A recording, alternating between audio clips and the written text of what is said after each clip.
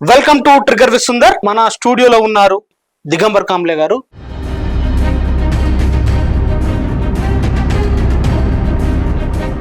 దేశంలో పేలిన ప్రతి bomb RSS పేల్చింది. Madhavi Latha అక్కడ పోటీ చేస్తుంది అసదుద్దీన్ ఓవైసీని గెలిపించడానికి.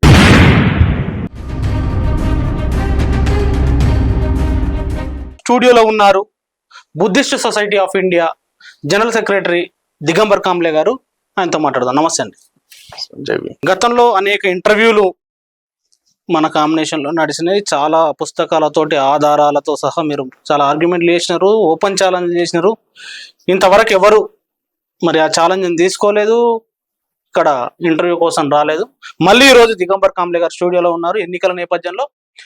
కాంబ్లే గారు, ఈ ఎన్నికల నేపథ్యంలో బీజేపీ సోషల్ మీడియాలో కానీ బీజేపీ పార్టీ కానీ మేము 10 సంవత్సరాల్లో సబ్కా సాత్ సబ్కా వికాస్ తీసుకొచ్చినాం, అవినీతిని అంతం చేసినాం, అసలు దేశాన్ని మొత్తం డెవలప్ చేసినాం, యువతకు మంచి ప్రాధాన్యత ఇచ్చినాం, మహిళలకు ప్రోత్సహించినాం అని చెప్పి ఇంకేమంటున్నారంటే ఈ 10 సంవత్సరాల కాలంలో శాంతి సౌఖ్యాలతో భారతదేశం పరిడవిల్లుతుంది. ఎందుకంటే 10 సంవత్సరాల కాలంలో ఒక్క బాంబు కూడా భారతదేశంలో పేలలేదని వాళ్ళు చెప్తున్నారు. దీన్ని ఎట్లా కదని అంటాం మనం? వాస్తవానికి వాళ్ళు చెప్పే అంశాన్ని మీరు చెప్తా ఉంటే నవ్వు అనిపిస్తుంది. ఒక సామెత మన పూర్వకాలం నుండి కొనసాగుతుంది.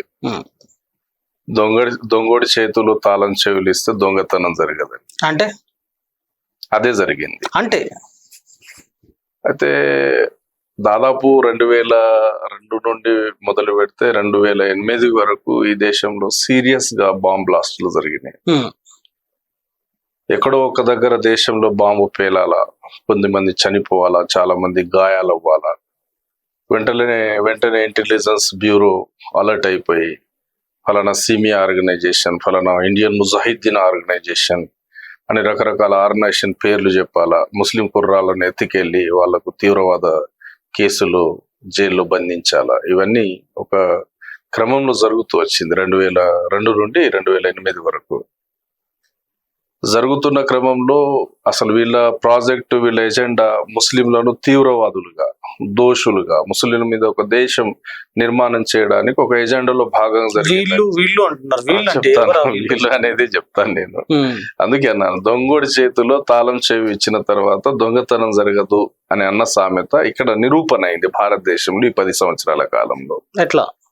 అయితే ఈ సీరియస్ బాంబ్ బ్లాస్టింగ్స్ లో 2006లో ఒక సంఘటన జరిగింది.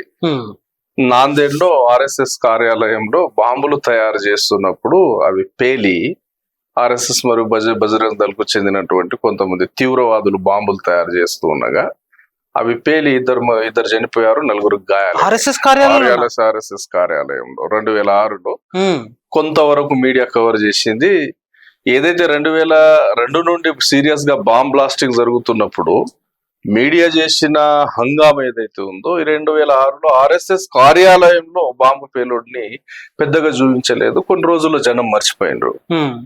కానీ 29 సెప్టెంబర్ 2009 మాలేగావ్లో బాంబు పేలుడు జరిగింది. మహారాష్ట్ర మాలేగావ్లో బాంబు పేలుడు జరిగిన తర్వాత చాలా మంది చనిపోయారు, చాలా మంది గాయాలైనాయి. అక్కడ కూడా సేమ్ ఇంటెలిజెన్స్ బ్యూరో ఐబీ ఏం చెప్పిందంటే ముస్లిం ఆర్గనైజేషన్స్, 3 ఆర్గనైజేషన్స్ పేరు చెప్పింది, కొంతమంది యువకులను అరెస్ట్ చేసి ఇంతవరకు జరుగుతూ వస్తుంది. జస్ట్ 29 సెప్టెంబర్ 2009 దానికంటే ఒక 2-3 నెలల ముందే ఏటీఎస్ బాధితులు హేమంత్ కర్కరే అని ఒక ఆఫీసర్ తీసుకున్నారు. హేమంత్ కర్కరే ఎప్పుడైతే ఈ మాలేగావ్ పేలుళ్ల మీద తన శైలిలో ఆయన అక్కడ ఇన్వెస్టిగేషన్ ఆఫీసర్ గా అక్కడ వెళ్ళడం జరిగింది. వెళ్ళిన తర్వాత అక్కడ బాంబు పేలుడు ప్లేస్ నుండి ఒక బైక్ ను రికవర్ చేసినారు. ఆ బైక్ లోనే ఆర్డియన్స్ ను పెట్టి పేల్చారు. అసలు ఆ బైక్ ఎవరి పేరిట రిజిస్టర్ అయిందో ఉందని దానికి మొత్తం ఇన్వెస్టిగేషన్ చేయంగా అది ప్రజ్ఞా సింగ్ ఠాకూర్ పేరిట రిజిస్టర్ అయింది బైక్. ప్రజ్ఞా సింగ్ ఏబీపీలో పనిచేసింది, హిందూ వాహినిలో పనిచేసింది. అయితే ప్రజ్ఞా సింగ్ ఠాకూర్ పేరిట రిజిస్టర్ అయింది బైక్ కాబట్టి ప్రజ్ఞా సింగ్ ఠాకూర్ ను తీసుకొచ్చి విచారణ చేసిండ్రు. విచారణ చేసిన తర్వాత ప్రజ్ఞా సింగ్ ఠాకూర్ ఇద్దరు పేర్లు చెప్పింది. ఆ ఇద్దరు పేర్లు శ్యామ్లాల్ షాహు మరియు శివనారాయణ కాలసంగార. ప్రజ్ఞా సింగ్ ఠాకూర్ ఇద్దరు పేర్లు చెప్పింది, నాతో పాటు వీళ్ళు కూడా బాంబు పేలుల్లో ఉన్నారని, అది నేనే పేల్చిందని ఒప్పుకోవడంతో పాటు ఇద్దరు పేరు చెప్పింది. ఈ ఇద్దరిని తీసుకొచ్చిన తర్వాత ముగ్గురు ఇన్వెస్టిగేషన్ చేస్తే మొత్తం 14 మంది బయటపడ్డారు. 14 మందిలో 11 మందిని అరెస్ట్ చేసిండ్రు. అరెస్ట్ చేసిన తర్వాత ఏం జరిగిందంటే ఈ ముగ్గురిని ఇది చేసిన తర్వాత ఎవరెవరు బయటపడ్డారంటే కర్నల్ ప్రసాద్ పురోహిత్, ఈయన major, army retired military officer.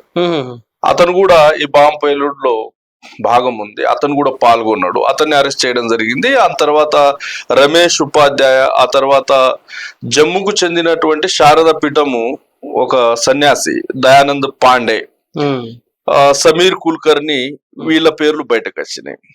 ఎందుకు మీరు అన్ని ఆ బాబాలు సన్యాసులు వీళ్ళకేం అవసరం ఉంటుంది? నేను అదే చెప్తాను, అది వాస్తవం చెప్తాను. ఈ బుక్ మొన్నటి వరకు అమెజాన్ లో అత్యంత సంచలనం సృష్టించిన బుక్. ఆ తర్వాత ఆర్ఎస్ఎస్ బీజేపీ గవర్నమెంట్ దీన్ని బ్యాన్ చేసింది. దీనికి రాసింది ఒక IGP, inspector general of police, ఒక IPS officer S M Mushrif, Hemant కర్కరేతో పనిచేసినటువంటి అధికారులు. ఈయన ముంబై కమిషనర్ గా కూడా పనిచేశారు, పోలీస్ కమిషనర్ గా. అధికారు రాసింది పూర్తి ఆధారాలతో ఇన్వెస్టిగేషన్ రిపోర్టు, వాళ్ళ దగ్గర సేకరించినటువంటి ఆడియో వీడియో ఎవిడెన్స్ తో సహా ఈ బుక్ లో చర్చించడం జరిగింది. కాబట్టి ఈ బుక్ ను రాంగ్ అని ఎవడు అనలేడు. ఎందుకు? దీనికి ఎవిడెన్స్ ఉంది కాబట్టి రాంగ్ అని ఎవరు అనలేడు. అయితే ఈ బుక్ ను ఆ తర్వాత బ్యాన్ చేసిండ్రు. దేశవ్యాప్తంగా సంచలనం సృష్టించి దాని ఓపెన్ టైటిల్ పెట్టిండు, ఆర్ఎస్ఎస్ దేశ్ కా సబ్సే బడా ఆతంకవాది సంఘటన అని. ఆర్ఎస్ఎస్ అనేది దేశంలో ఫస్ట్ ప్రింట్ దీనిది 2017లో వచ్చింది. 2017లో ఫస్ట్ ప్రింట్ వచ్చింది. ప్రపంచ వ్యాప్తంగా ఈ బుక్ చాలా మారుమోగింది. ఆ తర్వాత అమెజాన్ లాంటి కొన్ని సంస్థల్లో దొరకకపోయినా ఇక నాలాంటి వాళ్ళకు డైరెక్ట్ ఆఫీసర్ కాంటాక్ట్లు ఉండడం చేత నేను కూడా ఈ బుక్ సేకరించిన, దాన్ని సీరియస్ గా స్టడీ చేసిన. ఈ పేర్లు బయటపడ్డ తర్వాత వీళ్ళందరినీ ఇన్వెస్టిగేషన్ చేసినప్పుడు ఎవరి దగ్గర నుండి అంటే దయానంద్ పాండే దగ్గర నుండి 2 ల్యాప్టాప్లు జప్తు చేసిండ్రు. దానితో పాటు కర్నల్ ప్రసాద్ పురోహిత్, ఎవరైతే ఆర్మీ రిటైర్ మేజర్ అంటున్నామో, కర్నల్ ప్రసాద్ పురోహిత్ దగ్గర 1 ల్యాప్టాప్, దయానంద్ పాండే దగ్గర 2 ల్యాప్టాప్లు తీసుకొచ్చిన తర్వాత దాన్ని హేమంత్ కర్కరే చూసిన తర్వాత అసలు హేమంత్ కర్కరే షాక్ లోనేండు. ఎందుకు? అప్పటికే ఈ దేశంలో ఆర్ఎస్ఎస్ దేశభక్తి ముసుగులో ఈ దేశంలో ఏదో సేవా కార్యక్రమాలు చేస్తున్నట్టు, వీళ్ళకి ఏదో పెద్ద దేశభక్తి ఉన్నట్టు, ఈ దేశ సంస్కృతిని వీళ్ళే కాపాడుతున్నట్టు ప్రచారం చేస్తుంది, పెద్ద మొత్తంలో పనిచేస్తుంది. హేమంత్ కర్కరే జప్తు చేసినటువంటి 3 ల్యాప్టాప్లలో అది ఓపెన్ చేసిన తర్వాత హేమంత్ కర్కరే షాక్ లోనేండు. అసలు ఆయనకు అర్థం కాలేదు. ఆర్ఎస్ఎస్ ఆధ్వర్యంలో నడుస్తున్నటువంటి అభినవ్ భారత్ లాంటి సంస్థలు, ఆర్ఎస్ఎస్ డైరెక్షన్ లో పనిచే అభినవ్ భారత్, బజరంగ్ దళ్ లాంటి సంస్థలు ఈ దేశంలో పేలిన ప్రతి బాంబు కూడా ఆర్ఎస్ఎస్ పేల్చిందని హేమంత్ కర్కరే ఆ 3 ల్యాప్టాప్ లో ఉన్నటువంటి ఇన్ఫర్మేషన్ ను బట్టి నిర్ధారణ చేశాడు. నిర్ధారణ చేయడంతో పాటు ముంబై హైకోర్టులో ఛార్జ్ షీట్ ఫైల్ చేసేటప్పుడు దాంట్లో మొత్తం ఆ 3 ల్యాప్టాప్ లో 40 ఆడియో వీడియోలు ఉన్నాయి. ఆ 40 ఆడియో వీడియోలో 3 ఆడియో మరియు వీడియోలు దాన్ని వర్డ్స్ లో కన్వర్ట్ చేసుకొని ముంబై హైకోర్టు కు సబ్మిట్ కూడా చేయడం జరిగింది. చార్జ్ షీట్ లో ఆర్ఎస్ఎస్ పేల్చిందా బాంబు? ఆర్ఎస్ఎస్ పేల్చింది. దేశంలో పేలిన ప్రతి బాంబు 2008లో హేమంత్ కర్కరే మాలేగావ్ బాంబు పేలుడిని తనదైన శైలిలో ఇన్వెస్టిగేషన్ చేసినప్పుడు వీళ్ళందరూ బయటపడ్డప్పుడు వీళ్ళ దగ్గర నుండి సేకరించినటువంటి ల్యాప్టాప్ లో వాళ్ళు జరిపినటువంటి మీటింగ్లు ఏవైతే ఉన్నాయో రికార్డ్ అయి ఉన్నాయి. ఆ రికార్డ్ అయిన మీటింగ్స్ ను చూసి హేమంత్ కర్కరే షాక్ అయిపోయాడు. ఈ దేశంలో పేలిన ప్రతి బాంబు కూడా ఆర్ఎస్ఎస్ పేల్చింది. హైదరాబాద్ లో పేలిన బాంబులు ఆర్ఎస్ఎస్ పేల్చింది. అజ్మీర్ లో పేలిన బాంబు ఆర్ఎస్ఎస్ పేల్చింది. మొత్తం ఇన్ఫర్మేషన్ ఆ ల్యాప్టాప్ లో ఉంది. ఆ ల్యాప్టాప్ ను సేకరించాడు, దాన్ని వర్డ్ లో కన్వర్ట్ చేశాడు. ఆ తర్వాత హేమంత్ కర్కరే తీవ్రవాదుల దాడులో హతమయ్యాడు. సరే, తీవ్రవాదుల దాడుల్లో హతమయ్యాడా, తీవ్రవాదుల దాడుల పేరిట ఆర్ఎస్ఎస్ హతం చేసిందా అనేది చూడాలా. దాని మీద కూడా ఈ ఆఫీసర్ హూ కిల్డ్ కర్కర్ అనే పుస్తకాన్ని రచించడం జరిగింది. దాంట్లో క్లియర్ గా సమాచారం ఇచ్చాడు. ఖచ్చితంగా హేమంత్ కర్కరే తీవ్రవాదుల దాడుల్లో చనిపోలేదు, ఆర్ఎస్ఎస్ వాళ్ళే చంపారు. ఆయన క్లియర్ గా చెప్తున్నాడు. ఆయన అక్కడ వాడినటువంటి బుల్లెట్స్ కావచ్చు, ఫైర్ చేసినటువంటి డైరెక్షన్ కావచ్చు, తీవ్రవాదులు ఉన్నటువంటి డైరెక్షన్ కావచ్చు, అన్ని కోణాల్లో ఆ పుస్తక రచయిత మాజీ పోలీస్ అధికారి చాలా క్లియర్ గా చెప్తున్నాడు. హేమంత్ కర్కరే తీవ్రవాదుల దాడులు హతం కాలేదు, ఆర్ఎస్ఎస్ వాళ్ళే కాల్చి చంపారని కంక్లూషన్ కి వచ్చాడు హూకిల్ కర్కరేలో. అంటే హేమంత్ కర్కరే ఆయనేమో ముస్లిం కాదు, ఆయన ఏమైనా పాకిస్తానోడు కాదు, చైనోడు కాదు. ఆయన జెన్యూన్ ఒక భారత సంతతికి చెందిన వ్యక్తి. దట్ టు బి అతను ఒక బ్రాహ్మణ అధికారి. కులం ప్రస్తావన చేయకూడదు. మేము ఎప్పుడు యాక్టివిస్టులు మాట్లాడేటప్పుడు బ్రాహ్మణ అనే పేరు వాడతాం. మా పోరాటం బ్రాహ్మణవాదంతో, బ్రాహ్మణులతో కాదు. అందరు చెడ్డవాళ్ళు అన్నట్లేదు. వాదం చెడ్డది, వాదంతో పోరాటం చేస్తున్నాం. ఆ వాదం చెడ్డది ఏది, దాని ఎవిడెన్స్ ఏంటి, దాని మీదనే మాట్లాడుతున్నాం. అయితే హేమంత్ కర్కరే అనే ఆఫీసర్ ఇట్ సెల్ఫ్ ఆయన ఒక బ్రాహ్మణ కులానికి చెందిన అధికారి. ఆయన ఇన్వెస్టిగేషన్ చేసినప్పుడు ఆయన మీద రకరకాల ఒత్తిళ్లు వచ్చినాయి, వాళ్ళ కుటుంబాలకు బెదిరింపులు వచ్చినాయి, అనేక రకాల ఛాలెంజెస్ ఎదుర్కొన్నాడు. ఆయన భయపడలేదు, ఎందుకంటే ఆయనకు దేశభక్తి ఉంది. ఈ దేశంలో తీవ్రవాదం పేరిట బాంబులు పేల్చింది ఆర్ఎస్ఎస్ అని డిక్లేర్ చేసిండు, రిపోర్ట్ సబ్మిట్ చేసిండు, ఇన్వెస్టిగేషన్ చేసిండు.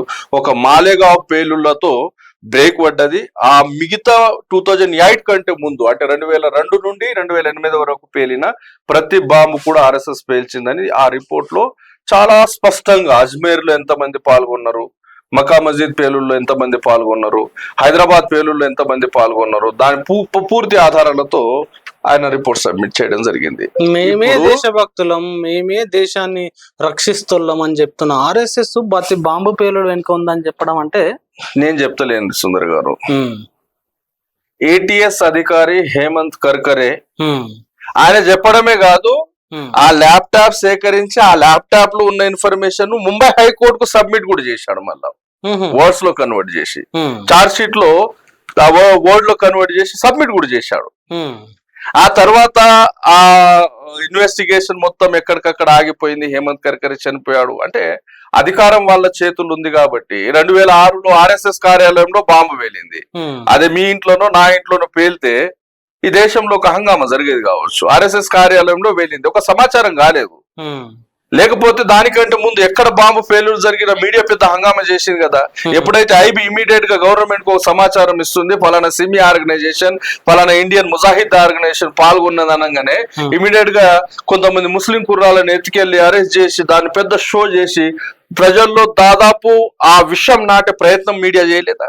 మరి 2006లో ముంబై నాందేడ్ లో ఆర్ఎస్ఎస్ కార్యాలయంలో పేలుడు జరిగింది, మీకు కూడా తెలియదు. మీరు మీడియా పర్సన్ అయి ఉండి మీకు తెలియదు అంటే ఆ విషయాన్ని దాచడానికి వాళ్ళు ఎంత ప్రయత్నం చేస్తున్నారు. అసలు దాన్ని ఇష్యూ చేయలేదు, దాన్ని న్యూస్ చేయలేదు. హేమంత్ కర్కరే ఇచ్చిన సమాచారాన్ని ఈ మీడియా వాళ్ళు ఎందుకు నడపలేదు?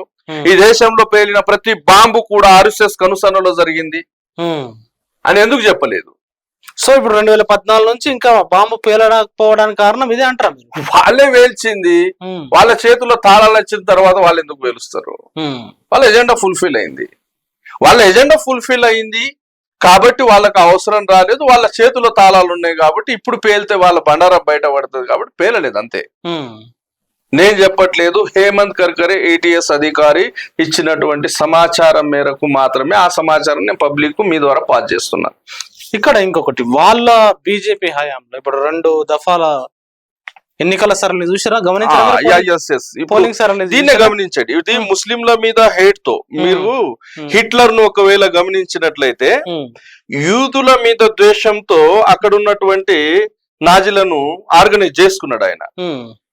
యూదుల మీద ఒక దేశాన్ని నిర్మాణం చేయడానికి ఆయన ఏమన్నాడంటే ఒక అబద్ధాన్ని 1000 సార్లు చెప్తే అదే నిజం అయిపోతుంది. అదే ఫిలాసఫీని వీళ్ళు ఫాలో అవుతున్నారు కదా. వీళ్ళంటే ఆర్ఎస్ఎస్ బీజేపీ వాళ్ళు హిట్లర్ ఫిలాసఫీ ఫాలో అవుతున్నారు.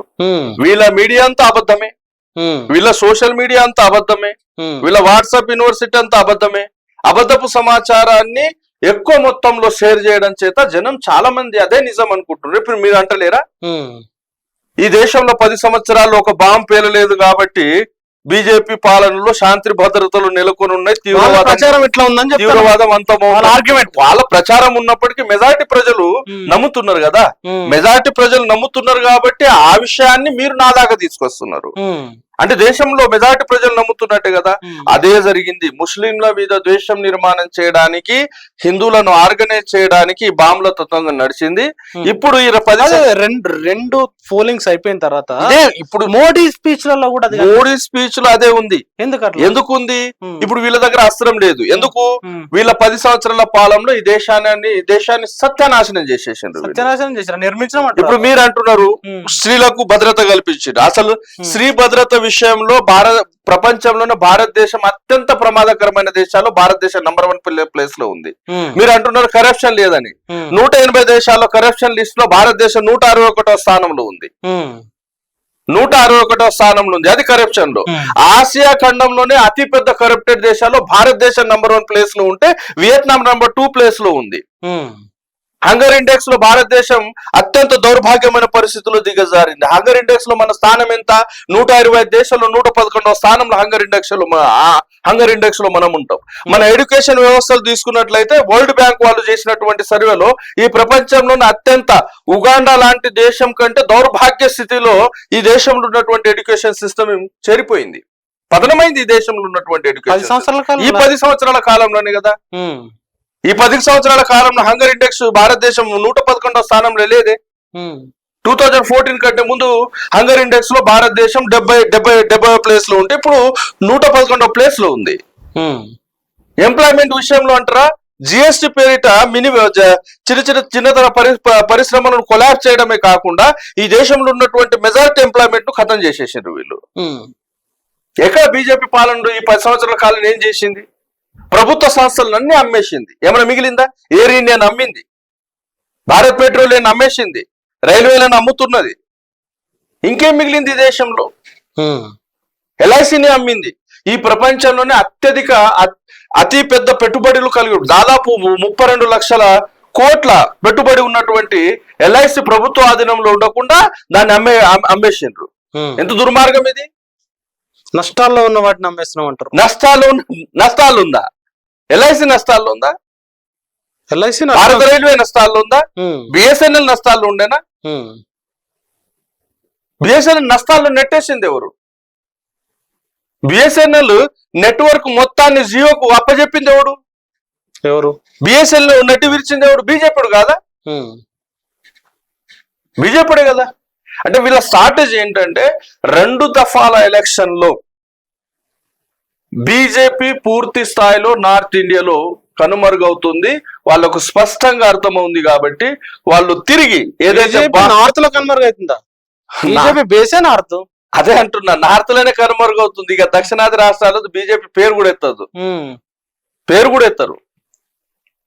చూద్దాం. మనం మాట్లాడుతున్న క్రమంలో దక్షిణాది రాష్ట్రాల్లో ఏం జరుగుతుంది అనేది విషయంలో వస్తాం కదా. ఎందుకంటే మోడీ 2 దఫాలు కంప్లీట్ అయిపోయిన తర్వాత ముస్లింల మీద రోజుకు ఒక కొత్త కామెంట్ ముస్లింలను టార్గెట్ చేస్తూ మాట్లాడుతుండు. అసలు వీటి దగ్గర అంశం లేదు. ఎలక్ట్రల్ బాండ్ ఈ ప్రపంచంలోనే అతి పెద్ద కరప్షన్. ఈ ప్రపంచ దేశాల్లో ఎప్పుడు ఎవరు కనివిని వెరగని అతి పెద్ద స్కామ్ ఏదైతే ఉందో అది ఎలక్ట్రల్ బాండ్. అత్యంత దౌర్భాగ్యం ఏమిటంటే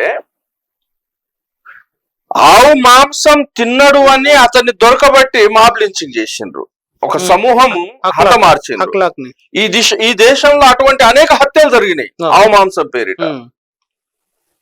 ఆవు మాంసాన్ని విదేశాలకు విక్రయించేటటువంటి ఒక కంపెనీ నుండి 250 కోట్ల ఎలక్ట్రల్ బాండ్ ను తీసుకుంది బీజేపీ అట. మొన్న చూడలే మీరు? బీఫ్ ఎగుమతులకు సంబంధించి తీసుకున్నది బీజేపీ. ఆల్కబీర్ ఎవరిది? ముస్లింలదా కాదా? ఒక బ్రాహ్మణుడిది. అది ఒక బ్రాహ్మణుడిది. బీఫ్ ఎక్స్పోర్ట్ దగ్గర నుంచి బీఫ్ ఎక్స్పోర్ట్. ఇప్పుడు మీరు లెక్క చేయండి. అఖలాక్ ను ఆవు మాంసం తిన్నాడని మీరు చంపితే ఇప్పుడు మోడీని ఎంతమంది చంపాలో ఒకసారి ఆలోచన చేయండి. సగటుగా మనం తీసుకున్నట్లయితే ఆవులు మార్కెట్ లో ఒక 20,000 నుండి ఒక 40,000 వరకు దాని రేటు నడుస్తుంది. యాజ్ అన్ యావరేజ్ గా మీరు ఆవు రేటును ఒక 30,000గా సరాసరి తీయండి. 30,000 ఒక ఆవు సరాసరి తీసినట్లయితే 250 కోట్ల ఎలక్ట్రోల్ బాండ్ కు ఆల్ కబీర్ ఎంత ఆవులను చంపితే బీజేపీకి 250 కోట్లు ఇవ్వాలా?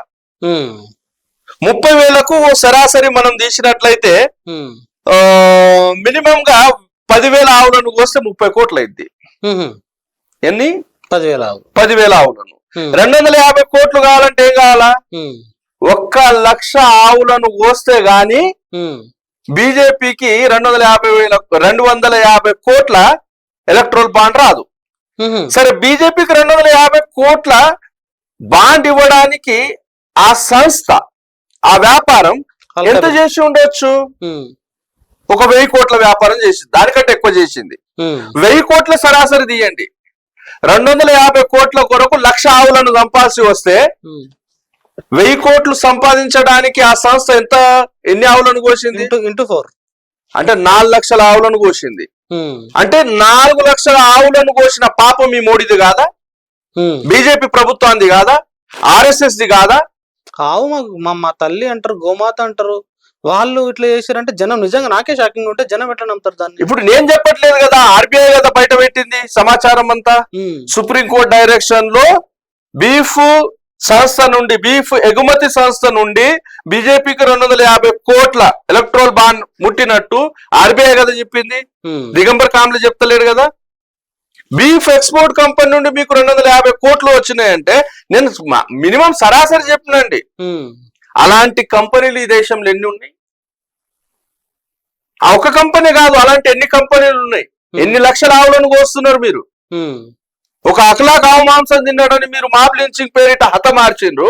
అటువంటిది 1,00,000 ఆవులను కోస్తే గానీ మీకు 250 కోట్ల ఎలక్ట్రల్ బాండ్ రాదు. ఎవరిని నమ్మిస్తున్నారు మీరు? చివరికి మీ దగ్గర ఏ అస్త్రం లేదు. ఈ దేశ జీడిపి మైనస్ లో ఉంది. ధరలు అత్యంత వేగంగా పెరిగిపోయినాయి.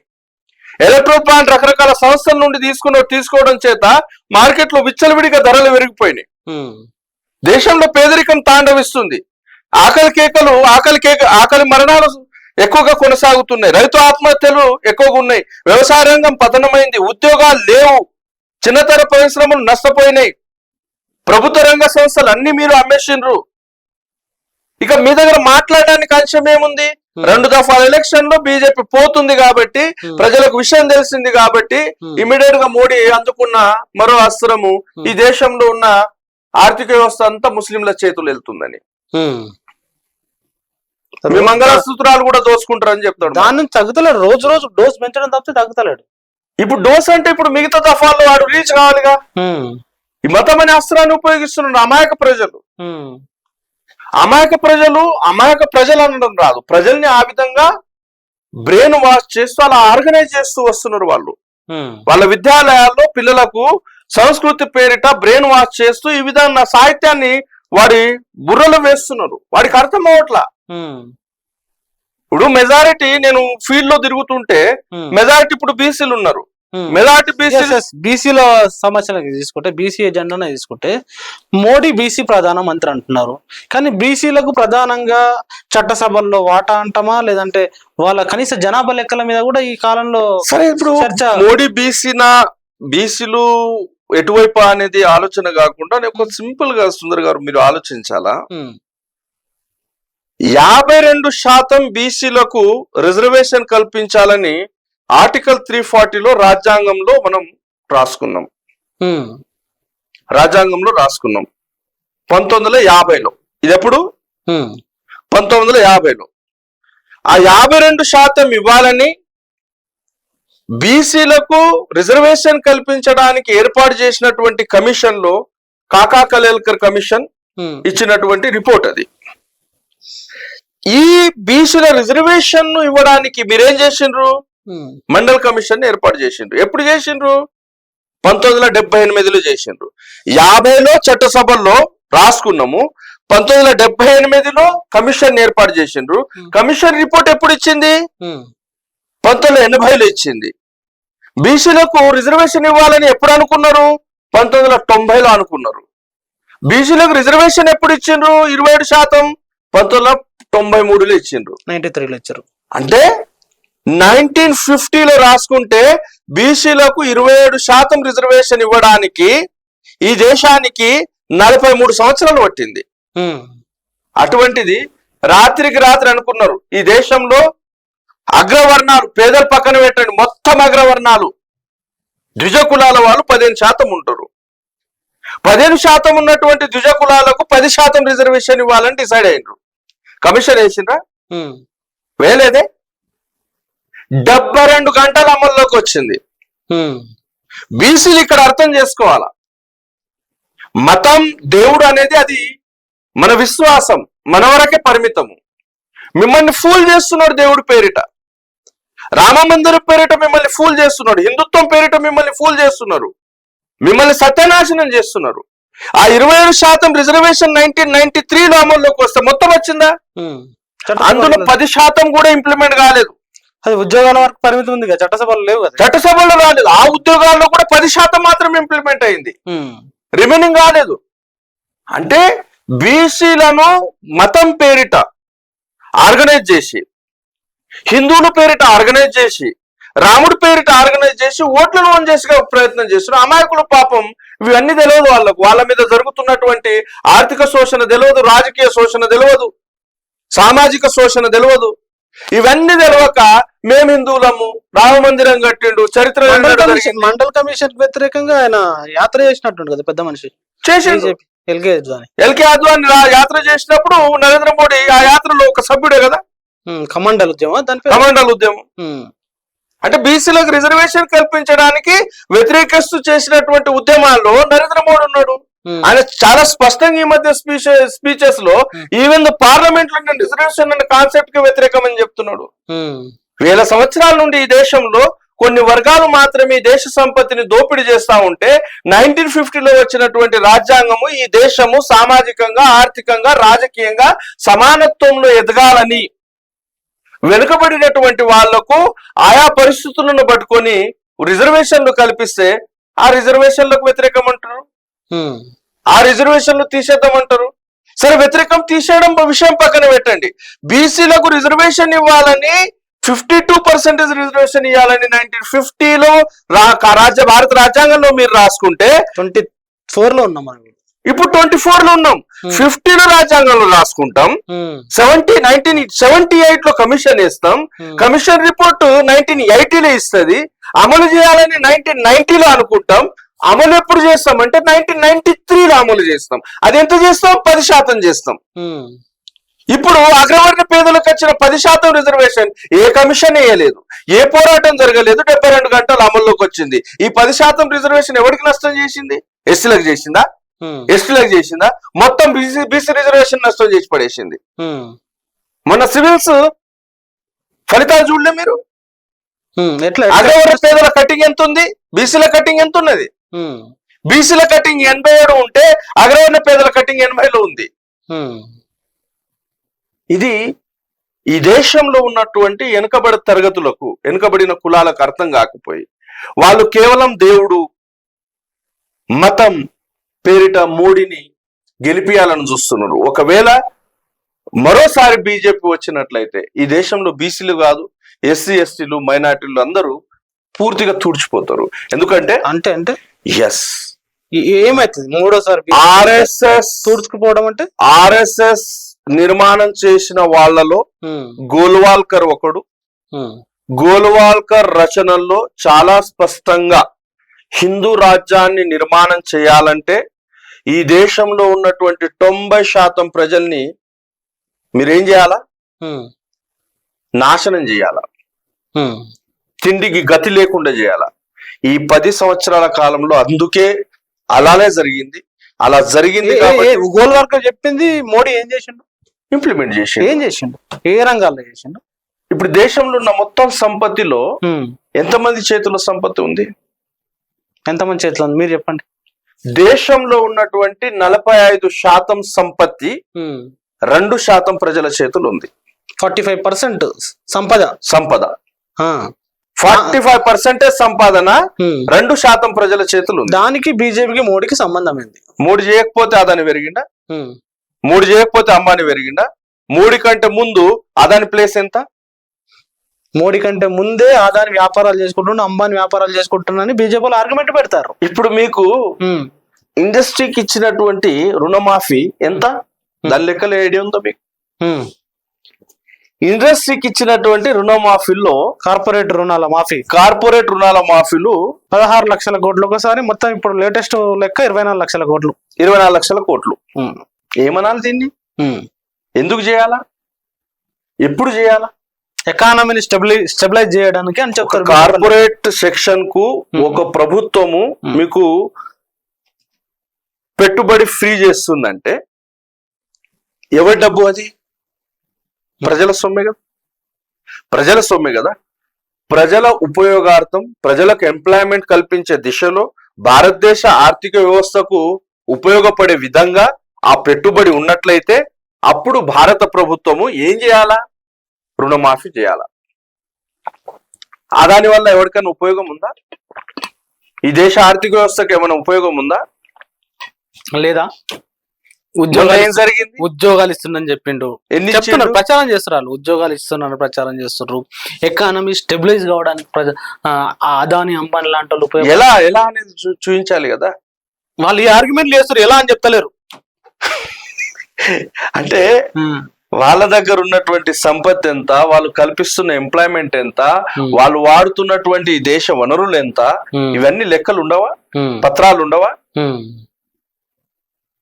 ఒక్క అదాని స్కామ్ ఒకటి బయట దేశముడు బయట పడితే మొత్తం దేశ ఆర్థిక వ్యవస్థకి పెనుముప్పు వచ్చింది, తెలియదా? హిండెన్బర్గ్ వచ్చిందా? ఎందుకు వచ్చింది? అవన్నీ ఫేక్ కాబట్టి వచ్చింది. వాడి రిపోర్ట్స్ అన్ని ఫేక్ కాబట్టి వచ్చింది. అది భారతదేశ ఆర్థిక వ్యవస్థకే ప్రమాదమే అని వచ్చింది. సపోర్ట్ అదాని పేరుతోటి బీజేపీ సోషల్ మీడియా దేశంలో ఉన్నటువంటి ఆర్థిక వ్యవస్థ మొత్తం కొద్ది మంది గుప్పిట్లో పెట్టి ఈ దేశంలో మెజారిటీ ప్రజల్ని పేదరికంలో నెట్టేసి వాళ్ళు ఒక పూట ఆహారం కొరకు ఇబ్బంది పడే పరిస్థితులు ఉన్నప్పుడు మాత్రమే హిందూ రాజ్యాన్ని నిర్మాణం చేసే అవకాశాలు ఉన్నాయని గోల్వాల్కర్ రచనలో పేర్కొన్నాడు. దాన్ని ఆర్ఎస్ఎస్, బీజేపీ ఈ 10 సంవత్సరాల కాలంలో ఇంప్లిమెంట్ చేస్తూ వచ్చింది. కాబట్టి అంటే ఇప్పుడు ఆకలి చావులు పెరగడానికి, యంగర్ ఇండెక్స్ లో మనం దిగజారిపోవడానికి ఈ ఆర్ఎస్ఎస్ సిద్ధాంతం కారణమా? ఎస్, కారణం. వాళ్ళు గ్రంథంలో రాసుకున్న దాని ప్రకారమే పనిచేస్తున్నారు. విశ్వగురు అని ప్రచారం చేస్తారు. మరి ఈ విశ్వగురు ఏంది, డెవలప్మెంట్ అన్ని అంటున్నారు. మరి ఇది ఇదంతా వీళ్ళు ఒక మాఫియాను తయారు చేశారండి. డిజిటల్ మీడియాలో ఒక మాఫియాను తయారు చేసుకొని ఒక అబద్ధాన్ని, ఆ రోజు హిట్లర్ పాపం హిట్లర్ దగ్గర ఈ మీడియా అంతా చేతులు ఉన్నట్లయితే ఇంకేం చేసినోడు. గోబెల్స్ మీడియా ఉండే ఆయన దగ్గర, గోబెల్స్.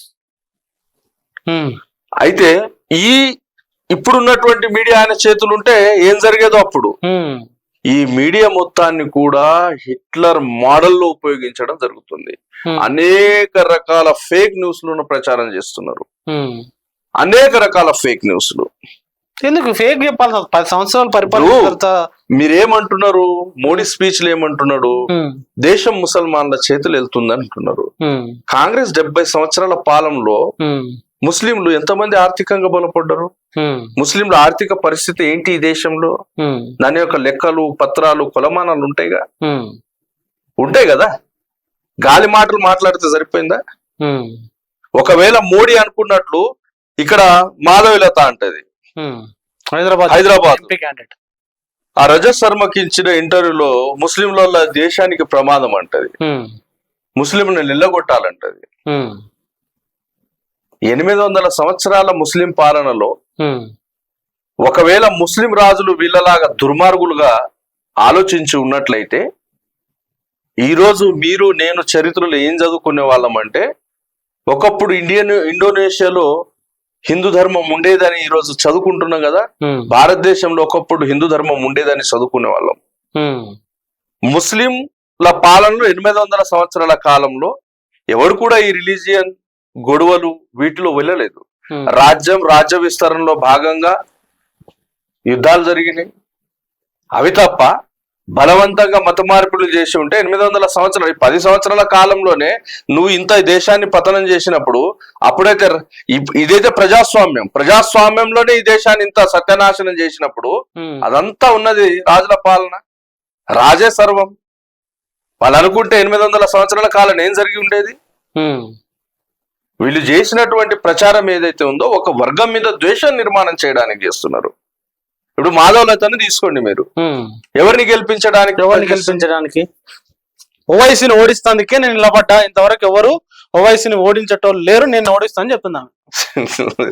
అయితే హైదరాబాద్ ప్రజలు, తెలంగాణ ప్రజలు, దక్షిణాది రాష్ట్రాల ప్రజలు అంత పిచ్చోళ్ళేం కాదు. నార్త్ ప్రజలు ఉన్నంత హైదరాబాద్ పార్లమెంట్ లో 2019 ఎలక్షన్ టైంలో ఉన్నటువంటి మొత్తం ఓటర్ల సంఖ్య 19,27,000 చేంజ్ ఉంది. ఈ రోజు సరాసరి 20 లక్షలు ఉండవచ్చు. అందులో ముస్లిం ఓటర్లు 65% ఉన్నారు. 2019 లో టర్నౌట్ అయినటువంటి ఓటు శాతము 44.4%. ఆ 44.4%లో 90% టర్నౌట్ అయింది ముస్లిం కమ్యూనిటీ నుండే. ఇప్పుడు బై డిఫాల్ట్ గా ఆడ గెలిచేటోడు ఎవడు? ముస్లిం నాయకుడే. మరి ఈమె ఇవంతా తెలియకుండానే అక్కడ వెళ్ళిందా? 65% ముస్లిం ఓటర్లు ఉంటారు. ఒకవేళ మాధవీలత నిజంగానే హైదరాబాద్ లో పోటీ చేసి గెలవడానికి వెళ్ళినట్లయితే రజత్ శర్మతో చేసిన ఇంటర్వ్యూలో ముస్లింల మీద ద్వేషం వెళ్ళగక్కేది కాదు. అంటే ఎట్లా లాజిక్ ఏంది?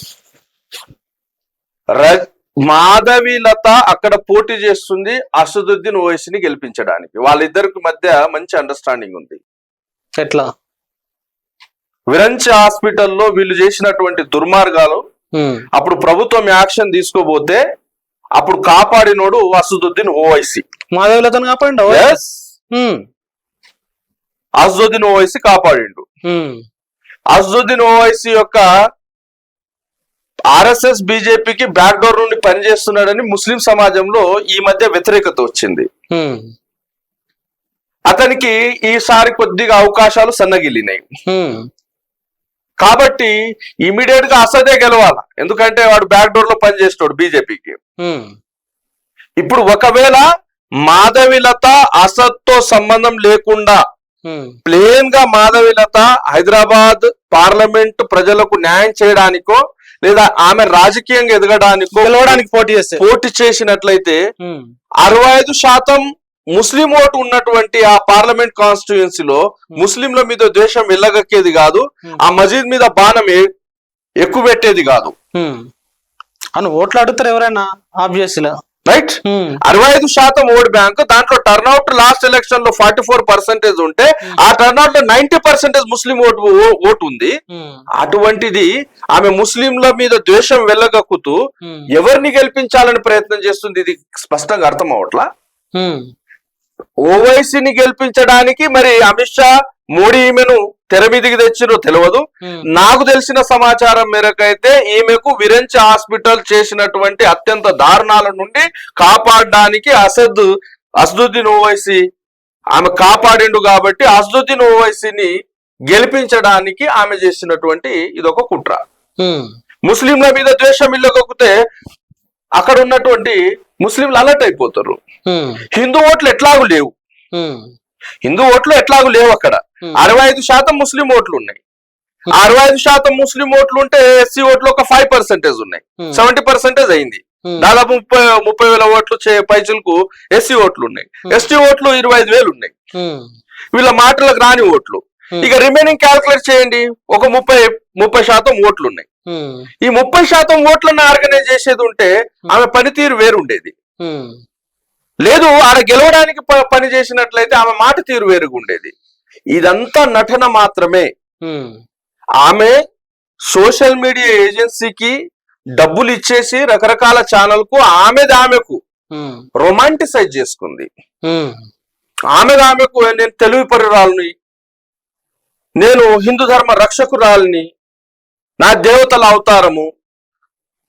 దౌర్భాగ్యం ఏంటంటే పిచ్చి మాటలు మాట్లాడే అటువంటి దుర్మార్గుల్ని కూడా ఆ కరోనా పాండమిక్ కండిషన్ లో కూడా ప్రజల్ని దోపిడీ చేసినటువంటి అటువంటి దుర్మార్గులను కూడా చిన్న చిన్న పిల్లలు ఉన్నటువంటి స్కూల్లో తీసుకెళ్లి మీరు ఆమె ద్వారా పాఠాలు చెప్పిస్తారా? ఎటువైపు పోతుంది ఈ సమాజం?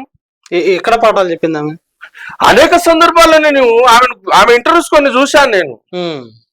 పిల్లల్ని స్కూల్ పంపించలేదు, ఇంట్లో పెట్టుకున్నా. అసలు ఏ సమాచారం ఇవ్వాలనుకుంటున్నాను?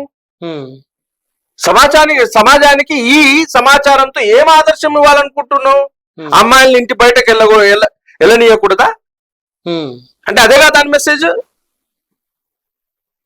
ఆమె ఇచ్చేటటువంటి ఉపన్యాసాలన్నీ పిచ్చి ఉపన్యాసాలన్నీ, సమాజాన్ని రెచ్చగొట్టేటటువంటి ఉపన్యాసాలన్నీ, సమాజంలో విద్వేషాన్ని రగల్చడానికి ఇచ్చేటటువంటి ఉపన్యాసాలన్నీ, ఆమెను ఇన్స్టిట్యూషన్ లో తీసుకెళ్లి ఆమెను మేధా సంపత్రాలైనట్టు, పెద్ద వ్యాపారవేత్త అయినట్టు, పెద్ద ఆర్థికవేత్త అయినట్టు, లేదా పెద్ద విద్యావేత్త అయినట్టు ఆమెతో ఉపన్యాసాలు. ఆ ఉపన్యాసాలు చూస్తే రీసెంట్ లో ఒక ఉపన్యాసం గమనించండి మీరు. కులాలు బ్రిటిష్ వాళ్ళు వచ్చిన టైంలో వచ్చినాయంట. చెప్పింది ఇంటర్వ్యూలో. అవునా? చెప్పింది. కులాలు బ్రిటిష్ టైంలో వచ్చినాయి. వాళ్ళు అదే ఆర్గ్యుమెంట్ చేస్తారు, బ్రిటిష్ టైంలోనే కుల వ్యవస్థను తీసుకొచ్చారు. మా పురాణాలలో గాని మా హిందూ మాధవులతో తెలిసి నాలెడ్జ్ ఉండదని అనట్లేదు. నేను ఇప్పుడే అన్నాను కదా, గ్రంథం యొక్క నాలెడ్జ్ లేనట్టు అంటే హిందూ గ్రంథాలు చాలా పెద్ద సాహిత్యం. అది అనంతమైన సాహిత్యం కాబట్టి ఎవరు చదవరు, ఓన్లీ పేరుకు మాత్రమే హిందువులు అని చెప్తారు కానీ ఎవరు ఏ గ్రంథం చదివి ఉండరు. ఇటువంటి దుర్మార్గులు ఇచ్చినటువంటి ఉపన్యాసాలే సత్యమని నమ్మేటటువంటి ప్రజలు చాలా మంది ఉన్నారు కాబట్టి వాళ్ళు అటువంటి ఒక ఫేక్ ప్రచారాన్ని ప్రజలు తీసుకెళ్తారు. ఎట్లా ఫేక్? అది ఎట్లా ఫేక్ అంటే మాధవులతకు ఆ విషయం తెలియదా? ఇప్పుడు వాల్మీకి కులం ఏంటండి? బోయా అంటారు. బోయా అంటాం. బోయా కులము లేనిది రామాయణంలో కులం రాలేదా? బోయా అనే ప్రస్తావన రాలేదా? మీకు వాల్మీకి పుట్టుగా చెప్తా. ఒకరోజు బ్రహ్మ స్వర్గాన్ని చూడ్డానికి వెళ్ళాడంట. స్వర్గానికి వెళ్ళినప్పుడు స్వర్గంలో ఉన్నటువంటి వేశ్యలు అతన్ని చూసి స్వాగతం పలుకుతా ఉన్నారంట. స్వాగతం పలుకుతా ఉన్నప్పుడు ఆ స్వర్గంలో ఉన్నటువంటి వేశ్యలను చూసి అతనికి వీర్యం కింద గారిందంట. వీర్యం కింద గారితే అందులో కొద్దిగా వీర్యము బురదలో గారింది. ఆ బురదలో గారినటువంటి వీర్యం నుండి పుట్టినవాడు వాల్మీకి. అప్పుడు వాల్మీకి ఏం చేశాడంటే అక్కడ వెళ్ళాడు, స్వర్గంలో వెళ్ళాడు. ఇంద్రుడి సమక్షంలో కూర్చొని ఉన్నటువంటి బ్రహ్మను అడిగాడు, అయ్యా ఇగో నీ వీర్యం ఇట్లా నా బురదలో పడ్డది, ఆ బురద నుండి నేను వెలిసినా నువ్వే నా జనకుడు కాబట్టి నాకు తిండి మిగతా సదుపాయాలు నువ్వే కల్పించాలని ఈ వాల్మీకి అడుగుతాడు. తన బండారం బయటపడ్డది, తనకు అవమానం జరిగిందని వాల్మీకి బ్రహ్మ శపించాడు. ఏమని? బోయ కులంలో కలిసి ఇక్కడ ఒక మంచి వాక్యం ఉంది, తన రహస్యాలు బయట పెట్టాడన్న కోపంతో బ్రహ్మ అతన్ని బోయల్లో కలిసి క్రూర కర్మలు చేయమని శపించాడు. అంటే బ్రహ్మ బోయలు క్రూర కర్మలు చేసేవాడని డిసైడ్ అయ్యాడా? కులం లేదా? కులం లేకపోతే బోయ కులంలో కలవమని అతనికి చెప్పాడు. మళ్ళా దానికి పరిష్కారం ఏం చెప్పాడు? రామనామ జపంతో దీనికి పరిష్కారం దొరుకుతుందని చెప్పాడు. ఆ శాపం నుండి, ఆ రామనామ జపం నుండి రామాయణం వచ్చింది కదా. మరి వాల్మీకి బోయ అని చెప్తున్నాం కదా. సరే, వాస్తవానికి వాల్మీకుడు ఎవడు అనేది నాలాంటోళ్ళు దాని మీద పరిశోధన చేసినప్పుడు అది వాస్తవ చిత్రం వేరు. నువ్వు రాసుకున్నటువంటి గ్రంథం చిత్రం అంటున్నా. వాస్తవానికి వాల్మీకుడు రత్నాకర్ అగ్ని శర్మ అనే వ్యక్తిని వాల్మీకిగా ప్రచారం చేసిండ్రు మీరు. ఏం పేరు అది? రత్నాకర్ అగ్ని శర్మ, ఒక బ్రాహ్మణుడిని మీరు వాల్మీకిగా ప్రచారం చేసిండ్రు. దానికోసం రాసుకున్నటువంటి ఈ స్టోరీలో బోయా అనే కులం లేదా? లేదా? ఉంది కదా. కులం అనే ప్రస్తావన నీ గ్రంథాల్లో ఎక్కడికక్కడ ఉంది. మళ్ళా మీకు అంతెందుకు, అసలు ఈ గ్రంథము చాలా మంది చదవాలండి. ఏం గ్రంథం అది? జయరామరెడ్డి గారు రాసింది, రిటైర్డ్ ప్రిన్సిపల్ ఈయన గారు, రామాయణం వాస్తవికత అని ఒక గ్రంథాన్ని రాశారు. అనంతపురానికి చెందిన వ్యక్తి. ఈ గ్రంథంలో చాలా స్పష్టంగా సనాతన ధర్మంలో కులాల ప్రస్తావన ఎక్కడెక్కడ ఉంది అని అన్నాను. మీరు వ్యాస స్మృతి గమనించినట్లయితే వ్యాస స్మృతిలో బ్రాహ్మణ్యం శూద్ర జనిత చండాల స్త్రీ విధ స్మృత అనే ఒక శ్లోకం ఉంటది. వడ్రంగి మంగలి గొల్ల ఆశయ కుమ్మరి కోమటి కిరాత కాయస్థ మాలాకార కుదుంబి పరాట మేధ చండాల వీళ్ళంతా అంత్యజులు, గోమాంసం తినేవాళ్ళు. వీళ్ళతో మాట్లాడితే నోరు కడుక్కొని స్నానం చేయాలి, వీళ్ళను చూస్తే సూర్యుని చూడాలి. ఈ శ్లోకంలో ఉంది. వ్యాస స్మృతి హిందువుల గ్రంథం కాదా? స్మృతులు హిందువుల గ్రంథాలే కదా, హిందువుల గ్రంథమే కదా. ఇందులో ఈ కులాలు లేవా? వడ్రంగిని అవమానించలేదా? మంగళిని అవమానించలేదా? గొల్లలను అవమానించలేదా? కుమ్మరిని అవమానించలేదా? కాయస్థను అవమానించలేదా? దాని తర్వాత ఎక్కడ మనుస్మృతి స్వచ్ఛండాలస్తో జనతి బ్రాహ్మణ్యం ఋషలే నయ అనగా శూద్రుని వలన బ్రాహ్మణ స్త్రీలకు పుట్టిన వారు చండాలని చెప్పబడింది. దీంట్లో రజచర్మ కారచ్చ నటోజరుడ ఏవచ్చ అనే ఒక శ్లోకం ఉంది. చాకలి, చర్మకారుడు, నటుడు, దొమ్మరి, బేస్తా, మేదరి, బిల్లుండు, కంసాలి, దర్జీ, వడ్రంగి, గాండ్ల, కటికవాడు, కుమ్మరి, ఈడిగా, మంగలి, కమ్మరి అనే ఈ 16 గ్రామ చండాలురు అనగా అస్పృశ్యులని పిలువబడుతున్నారు. క్షత్రుడికి బ్రాహ్మణ స్త్రీకి పుట్టిన వారినని శృతులు చెప్తున్నాయని అంటున్నారు. ఇది నీ గ్రంథంలో మనుస్మృతిలో ఉంది కదా. ఈ గ్రంథం వైశ్యుడు బ్రాహ్మణ స్త్రీలకు పుట్టిన వారిని వైదేహికులను వ్యవహరిస్తారని రాసుకున్నాం. అంటే ఈమె ఏం చెప్తుందంటే కులాలు బ్రిటిష్ కాలంలో పుట్టినాయి, మరి నీ గ్రంథాలు ఏంటివి? ఆమె తెలివి పొర్రాలు, ఆమెకు తెలివి ఉంది, ఈ గ్రంథాల జ్ఞానం ఉంది. కానీ అమాయకంగా హిందూ ధర్మాన్ని నమ్మేటటువంటి ప్రజలకు ఆ గ్రంథాల పట్ల నాలెడ్జ్ లేదు, ఆ సంస్కృత భాష పట్ల నాలెడ్జ్ లేదు. వీళ్ళు చెప్పిందే నిజం అని నమ్ముతున్నారు. కాబట్టి ప్రవచనకారులు ఎల్లప్పుడూ టీవీలో విషయం కక్కుతూనే ఉంటారు. వాళ్ళు చెప్పిందే వేదమై ప్రచారం అవుతా ఉంటది. వాస్తవానికి వీళ్ళ గ్రంథాలు ఉన్నటువంటి సమాచారం ఇది. కులాలు బ్రిటిష్ కాలంలో కాదు, కులాలు నీ హైందవ సాహిత్యంలోనే జీవం పోసుకున్నాయి. నీ హైందవ సాహిత్యంలో అత్యంత భయంకరంగా అవమానిస్తూ వాళ్లకు మాట్లాడడం జరిగింది. ఈ కులాలన్న ప్రస్తావన నీ వేదాల్లో ఉంది, కులాలన్న ప్రస్తావన రామాయణంలో ఉంది. ఆ విధంగా తీసుకోండి మీరు. శంభుకుని రాముడు ఎందుకు చంపాడు? ఎందుకు చంపాడు? శూద్రుడు వేద విద్యాభ్యాసం చేశాడు. ఆ రాజ్యంలో ఏం జరిగింది? అన్యాయం జరిగింది, ఒక అపవిత్ర కార్యం జరిగింది. శూద్రుడు చదువుకున్నాడు అండ్ రాముడు గురువు చెప్పంగానే రాముడు పోయి అతని తలని నరికాడు. మీరు శంభుకుడికి కులం అంటగట్టలేదా? శబరి అంగలి ఫలాలను రాముడు తిన్నాడు. శబరిది కులం ఏంటి అనేది మీరు రామాయణం చెప్పలేదా? ఈ విధంగా కులాల ప్రస్తావన మీ రామాయణంలో ఉంది, కులాల ప్రస్తావన మీ మహాభారతంలో ఉంది, కులాల ప్రస్తావన మీ భగవద్గీతలో ఉంది. చాతుర్వర్ణ వ్యవస్థలను ఇట్ సెల్ఫ్ గా నేనే సృష్టించానని శ్రీకృష్ణుడు చాలా స్పష్టంగా 4వ అధ్యాయంలో చెప్తున్నాడు. ఈమెమో బ్రిటిష్ కాలం తర్వాత లేదా బ్రిటిష్ కాలంలో భారతీయ సమాజాన్ని విడగొట్టడానికి కులాలు వచ్చినాయి అంటుంది. అంటే ఆర్ఎస్ఎస్ కూడా అంటారు కులాలు అనేది గడప లోపల ఉంటాయి, గడప దాటితే అందరం హిందువులం అనే మాట ఆర్ఎస్ఎస్ అంటారు. గడప దాటినాక హిందువులు అనేసరికి ఇలా ఒకటి సరే కులాలు ఇంట్లో ఉన్నాయి, కులం స్ట్రక్చర్ ఇంట్లో ఉంది. ఇప్పుడు ఆర్ఎస్ఎస్ నిజంగానే ఈ దేశ సంస్కృతిని కాపాడే వ్యక్తులుగా ఉన్నట్లయితే ఈ దేశంలో రక్త సమ్మిశ్రణం జరగాలి. రీసెంట్లీ నేను జెనెటిక్ ఆంథ్రోపాలజీ రీసెర్చ్ చేసే టైంలో ఒక డాక్యుమెంట్ చూశాను, ఒక రీసెర్చ్ జర్నల్ చూశాను.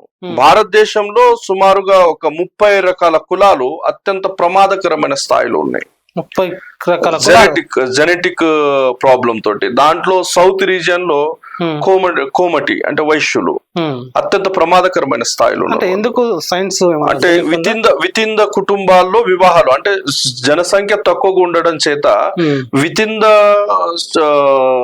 రిలేషన్స్ లో వివాహం చేయడం చేత వాళ్ళ నుండి పుట్టినటువంటి సంతానము ఆ జెనెటిక్ వాష్ అవడం చేత అనేక రకాల సమస్యలు రాబోయే కాలంలో ఎదుర్కోబోతున్నారు. భారతదేశంలో 26 కులాలు అత్యంత డేంజరస్ పొజిషన్లు ఉన్నాయని ఒక రీసెర్చ్ జర్నల్ చెప్తుంది. అది ఆంథ్రోపాలజీ మీద మనం ఒకసారి సపరేట్ గా ఇంటర్వ్యూ చేసేటప్పుడు మొత్తం డీటెయిల్ ఇస్తాను నేను, ఏ కులాలు ప్రమాదంలో ఉన్నాయి. మన సౌత్ రీజియన్ లో కోమట్లు ప్రమాదంలో ఉన్నారు జెనెటిక్ ఆంథ్రోపాలజీ ప్రకారం. నేను చెప్పట్లేదు, అది రీసెర్చ్ జర్నల్ చెప్తుంది. ఆల్రెడీ సౌత్ రీజియన్ లో కొన్ని సర్జరీ చేసేటప్పుడు అడుగుతారు వైశ్యులు స్పెషల్ కు వాళ్ళకి అనస్థిషియా ఎక్కించేటప్పుడు వాళ్ళకి అనేక రకాల బ్లడ్ టెస్ట్ పరీక్ష చేసిన తర్వాత ఇస్తున్నారు. అది ఉంటది కాలంలో, అది జన్యుపరమైనటువంటి ఒక సమస్య. ఒకవేళ ఆర్ఎస్ఎస్ కు నిజంగా దేశభక్తి ఉంటే ఇట్లా ప్రమాదాల్లో నెట్టుకుపోతున్నటువంటి ఈ సమాజాన్ని ఏకం చేయడానికి, హిందువులను ఏకం చేయడానికి రక్త సమ్మిశ్రణం జరగాల, కులాంతర వ్యూహాలు జరగాలని ప్రోత్సహిస్తుంది. ఈ దేశంలో కుల నిర్మూలన కోసం ప్రయత్నం చేయొచ్చు కదా ఆర్ఎస్ఎస్, హిందువులంతా ఒకటి. మరి ఎందుకు చేయట్లేదు అంటున్నా. ఒక చాకలికి ఒక మంగలికి పెద్ద కులాలతో వివాహాలు జరపాల, బ్రాహ్మణుడు తీసుకొచ్చి కింది కులాలకు అమ్మాయిని ఇవ్వాలా, కింది కులాల నుండి అబ్బాయిని తీసుకోవాలా? ఇలా జరిగిందా? జరుగుతుందా? సంస్కృతి కాపాడే వాళ్ళైతే జన్యు సంకరణం ప్రకారం చూసినట్లయితే ఇతర కులాల నుండి వివాహం జరిగినట్లయితే ఒక మంచి ప్రొడక్ట్ వస్తుంది, మంచి జనరేషన్ వస్తుంది, మంచి హెల్తీ జనరేషన్ వస్తుంది. దీనికి సైంటిఫిక్ కోణం ఉంది. మీరు హిందువులను ఏకీకరణ చేయాలని లేదా సంస్కృతిని కాపాడుకునే ప్రయత్నాలు చేస్తే కులాల కంపుతోనే కదా హిందువులో విభజన ఉంది. మరి హిందువులను ఏకం చేయడానికి మీరు ఈ 100 సంవత్సరాల కాలంలో ఎందుకు ఈ కులాంతర వివాహాలను ప్రోత్సహించలేదు? పైగా కులాంతర వివాహాలు చేసుకున్న వాళ్ళకు మరీ కక్ష కట్టుకొని అమ్మాయిని అబ్బాయిని చంపిన సందర్భాలు లేవా? ఆర్ఎస్ఎస్ వాళ్ళని ఫాలో అయ్యేటోళ్ళు కదండి. మారుతిరావు హిందూ కాదా?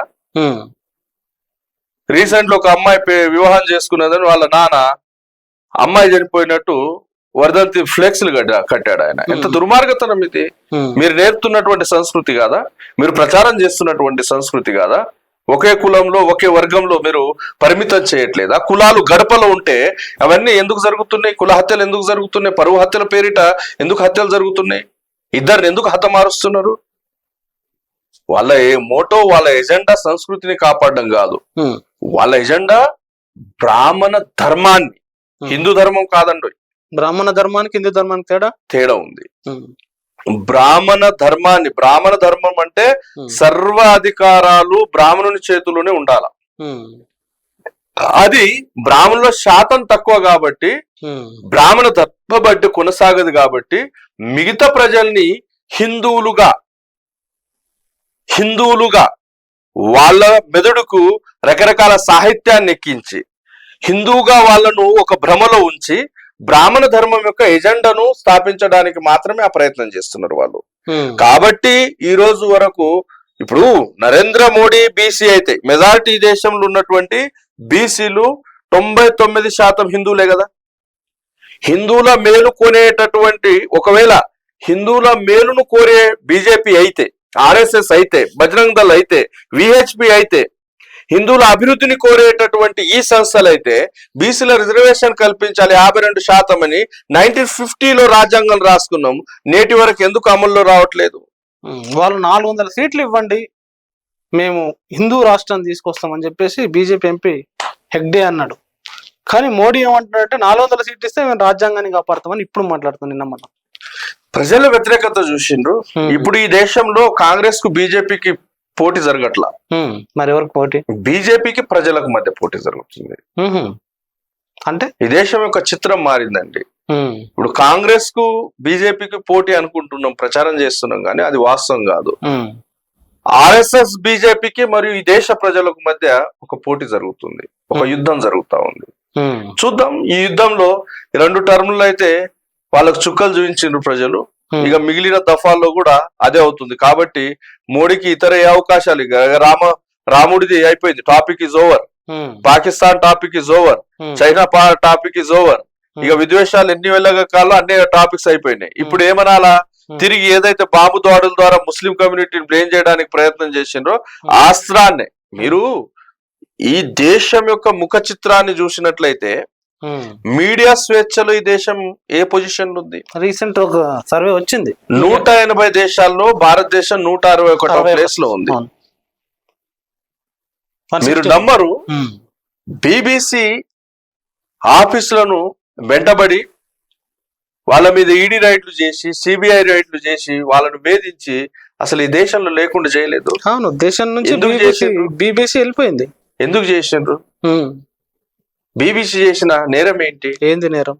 2002లో గుజరాత్ గోద్రా అల్లర్లలో ఆ హత్యాకాండకు కారకుడే నరేంద్ర మోడీ అని బ్రిటిష్ పార్లమెంటరీ బృందం ఒక రిపోర్ట్ సబ్మిట్ చేస్తే ఆ బ్రిటిష్ పార్లమెంటరీ బృందం ఇచ్చినటువంటి రిపోర్ట్ మేరకు అతను ఒక డాక్యుమెంట్ చేసుకొని ప్రచారం చేశాడు. వాళ్ళ మీద ఒత్తిడి పెంచిండ్రు. వాళ్ళు జాతీయ ప్రమాణాలను పాటించే వాళ్ళు కాబట్టి నరేంద్ర మోడీ ఒత్తిళ్లకు తలొగ్గలేదు, భయపడలేదు. ఈ దేశాన్ని నుండి వెళ్ళిపోయినా పర్వాలేదు కానీ నేను ఆ డాక్యుమెంటరీని వెనక్కి తీసుకొని డిలీట్ చేయనని కళాఖండిగా చెప్పాడు. అంటే 2002లో 2000 మందిని పొట్టున పెట్టుకున్నటువంటి ఈ నరేంద్ర మోడీ ఒక నరహంతకుడు యొక్క డాక్యుమెంట్ అని అతడు ప్రూవ్ చేశాడు కాబట్టి అతన్ని నిరాకరించారు మీరు. ఆ హంతకుణ్ణి ఈ దేశంలో ఉన్నటువంటి 31% ప్రజలు ఈ దేశ ప్రధానం చేసి కూర్చోబెట్టింది. ఇక దేశం సత్యనాశనం కాకపోతే ఏమైంది? అంటే ఫైనల్ గా మూడోసారి మమ్మల్ని గెలిపియండి అని చెప్పేసి వాళ్ళు అంటున్నారు. మూడోసారి కూడా మాకు అధికారం ఇస్తే దేశాన్ని 2047 లోపల ఒక స్వర్ణ యుగాన్ని తీసుకొస్తాం, దేశంలోకి ఒక డెవలప్డ్ కంట్రీ చేస్తాం అంటారు. ఏం ఆలోచించాలి? డెవలప్డ్ కంట్రీ చేస్తాం అనేసరికి ఇది కూడా నేను చెప్పను. నేను ఎప్పుడైనా ఎందుకు నా మీద ఓన్ చేసుకుంటలేనంటే ఏది మాట్లాడినా మా మనోభావాలు దెబ్బతీసిండు అని కొన్ని క్లిప్స్ ను కలెక్ట్ చేసుకొని ఆ క్లిప్స్ ను ప్రచారం చేస్తూ కేసులు చేయండి అది చేయండి అని తిరుగుతా ఉన్నారు. మూడవసారి వస్తే ఏం జరుగుతుంది అనేది నేను చెప్పను. హేమంత్ కర్కరే కలెక్ట్ చేసినటువంటి ఆ 3 ల్యాప్టాప్ లో హిందూ రాష్ట్రాన్ని నిర్మాణం చేయడానికి వీళ్ళు ఏమేం చేయాలనో ఆ మొత్తం ల్యాప్టాప్ లో వీళ్ళు జరిపినటువంటి మీటింగ్ లో ఇచ్చినటువంటి సమాచారం అది విత్ వీడియో ఆడియో రికార్డెడ్. ఆ 40 వీడియోలలో హిందూ రాష్ట్ర నిర్మాణం చేయడానికి వీళ్ళు ఏ విధంగా వెళ్ళినట్లయితే హిందూ రాష్ట్ర నిర్మాణం అవుతుందో ఈ 10 సంవత్సరాలు యాజ్ ఇట్ ఈజ్ గా ఈ దేశంలో పాలన అలానే జరిగింది. ఇప్పుడు మూడవసారి బీజేపీ వచ్చినట్లయితే పూర్తి స్థాయిలో ఈ దేశం హిందూ రాష్ట్రంగా నిర్మిస్తున్నారు అనేది ఈ ల్యాప్టాప్ లో ఉన్న సమాచారం. హేమంత్ కర్కరే అనే ATS అధికారి తీసుకున్నటువంటి ఇన్వెస్టిగేషన్ ద్వారా తీసుకున్నటువంటి ఒక సమాచారం, అది కోర్టులో సబ్మిట్ చేసినటువంటి సమాచారం. హిందూ రాష్ట్ర నిర్మాణం కొరకే వీళ్ళన్ని ప్రయత్నాలు జరుగుతున్నాయి. మోడీ చేస్తున్నటువంటి ప్రచారం ఏదైతే ఉందో, మోడీ మీడియా చేస్తున్నటువంటి ప్రచారం ఏదైతే ఉందో అదంతా అబద్ధము. అబద్ధాల పునాదుల మీద వీళ్ళు తిరిగి రావాలనుకుంటున్నారు, అబద్ధాల మీద తిరిగి రావాలనుకుంటున్నారు. తిరిగి వచ్చినట్లయితే ఆ భారత రాజ్యాంగాన్ని కంప్లీట్లీ ఖతం చేసేసి వీళ్ళు హిందూ రాష్ట్రాన్ని నిర్మాణం చేయాలనుకుంటున్నారు. ఆ హిందూ రాష్ట్రం యొక్క రాజ్యాంగం ఎలా ఉండాలి? బెంచ్ ఆఫ్ థాట్ అనే గ్రంథాన్ని రాసుకున్నారు. మనుస్మృతిని ఆదర్శంగా తీసుకుని ఆ గ్రంథం ఉంటుంది. బీసీల యొక్క స్థానం తిరిగి వెళ్ళిపోతారు. అంటే శంభుకుడు చదివినందుకు రాముడు ఎట్లా హతమార్చిండో బీసీలకు అటువంటి కాలం రాబోతుంది. అంటే ఇప్పుడు హిందూ రాష్ట్రం అంటే 80% ఉన్న హిందువులకి మంచి చేసేది కదా, మేలు చేసేది కదా. నేనేమంటున్నా, ఈ దేశంలో 52% బీసీలు హిందువులే కదా. 1950లో రాజ్యాంగం అమల్లోకి వచ్చి 52% రిజర్వేషన్ ఇవ్వాలని చెప్తే 1993 వరకు 27% ఇవ్వడానికి మీకు ఇప్పటివరకు ధైర్యం కాలేదు. బీసీలు హిందువులు కాదా? ఇప్పటివరకు జడ్జెస్ లో బీసీలు ఎంత మంది ఉన్నారు? ఆ IITs లో బీసీ స్టాఫ్ ఎంత ఉంది? ప్రొఫెసర్లు ఎంత మంది ఉన్నారు? మెడికల్ కాలేజ్ లో బీసీల ఎంప్లాయ్మెంట్ ఎంత ఉన్నది? ఇవన్నీ తీయండి. బీసీలకు ఇట్ సెల్ఫ్ గా వాళ్ళ పరిస్థితులు అర్థమైతే బీసీలు హిందువులు కాదా అంటున్నా. బీసీలు హిందువులే కదా. నేను చెప్పట్లేదు. హేమంత్ కర్కరే ఇన్వెస్టిగేషన్ లో తీసుకొచ్చినటువంటి ఆ ల్యాప్టాప్ లో ఉన్నటువంటి సమాచారం మేరకు రానున్న కాలంలో రేపటి రోజు బీజేపీ తిరిగి అధికారంలో వస్తే ఈ దేశం యొక్క రాజ్యాంగాన్ని పూర్తిగా ఖతం చేసేసి హిందూ రాష్ట్రాన్ని వాళ్ళు డిక్లేర్ చేసేసుకుంటారు. వాళ్ళ దగ్గర ఉన్నటువంటి అన్ని ఫోర్సెస్ ని యూజ్ చేస్తారు వాళ్ళు. అదే అంటున్నారు, హిందూ రాష్ట్రాన్ని చేసుకుంటామని వాళ్ళు అంటున్నారు. అన్నప్పుడు హిందువులకు లాభమా నష్టం అనే చర్చ కూడా పెట్టుతున్నారు. ఇప్పుడే చెప్పాను కదా, ఇప్పుడు ఉన్న శ్లోకంలో వీళ్ళందరూ హిందువులు కాదండి. మళ్ళీ ఒకవేళ వాళ్ళు మనస్మృతిని పెడితే, ఇప్పుడు రాజ్యాంగం ఇచ్చిన మనుస్మృతిని మళ్ళీ పెడితే, ఇప్పుడు మనుస్మృతి శ్లోకమే నేను చదివింది. ఇప్పుడు చాకలి హిందువే కదా, మంగళి చర్మకారుడు హిందువే కదా, రైట్, దొమ్మరి హిందువే కదా, బేస్త హిందువే కదా, మేదరి హిందువే కదా, కిల్లిండు హిందువే కదా, కంసాలి హిందువే కదా, దర్జీ హిందువే కదా, వడ్రంగి హిందువే కదా, కటికవాడి హిందువే కదా, కుమ్మరి హిందువే కదా, ఈడిగ హిందువే కదా, మంగలి హిందువే కదా, కమ్మరి హిందువే కదా. వీళ్ళన్ని అస్పృశ్య కులాలు, వీళ్ళు తాకిన ఆహారం తీసుకురాదు అని గ్రంథం చెప్తుంది అంటున్నా. అంటే మళ్ళీ అదే మనుస్మృతి అమల్లోకి వస్తుంది. కాలం తీసుకొస్తా అంటే అటువంటి అంతగా ఇది లేకపోయినా డైరెక్ట్ ఇండైరెక్ట్ అదే ఉంటదండి. ఇప్పుడు కుల వివక్షత పోయింది అంటున్నాం, పోయిందా? పోలేదు, దాని రూపం మారింది.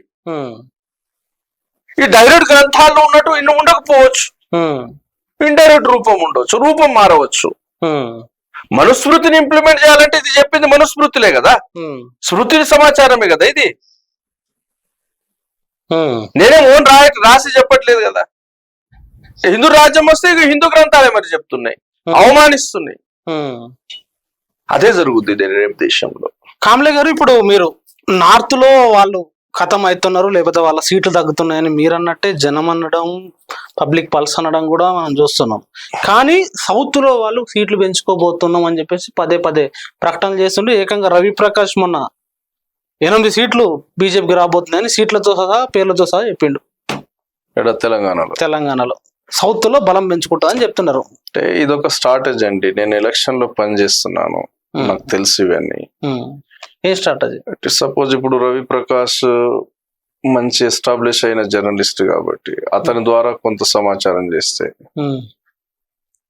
గొర్రెల మంద అన్నట్టు గెలుస్తున్నాడు అని ఒక ప్రొపగండా తయారు చేస్తే, న్యూట్రల్ గా తటస్థంగా ఉన్న ఓటు బ్యాంక్ గెలుస్తున్నాడికి ఇద్దాం కదా అని అటువైపు రావాలని రవిప్రకాష్ లాంటి వాళ్ళని ఎంగేజ్ చేస్తారు. ఇది బీజేపీ ఎంగేజ్ చేస్తున్నారు, రవిప్రకాష్ ఖచ్చితంగా చేస్తుంది ఇది.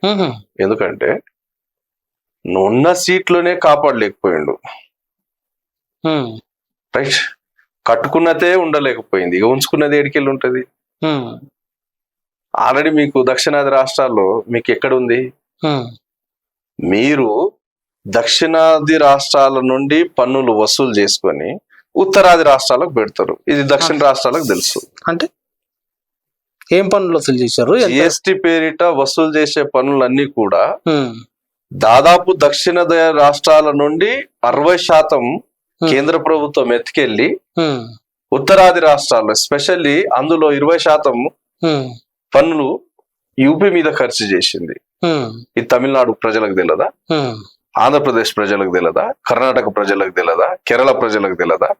తెలంగాణ ప్రజలకు. ఇక తెలంగాణలో ఏంటంటే పిచ్చోడి చేతులు రాయిచ్చినట్టు ఆ బండి సంజయ్ చేతులు రాయిచ్చిండ్రు. వాడో పిచ్చోడు ఏదో గాయగా ఉర్రిండు. అయితే అక్కడ బండి సంజయ్ సక్సెస్ కాలేదు. తెలంగాణలో వెలుమలు పరిపాలన ఉన్నారు, పరిపాలన అందుకోవాలని రెడ్లు ప్రయత్నాలు చేస్తున్నారు.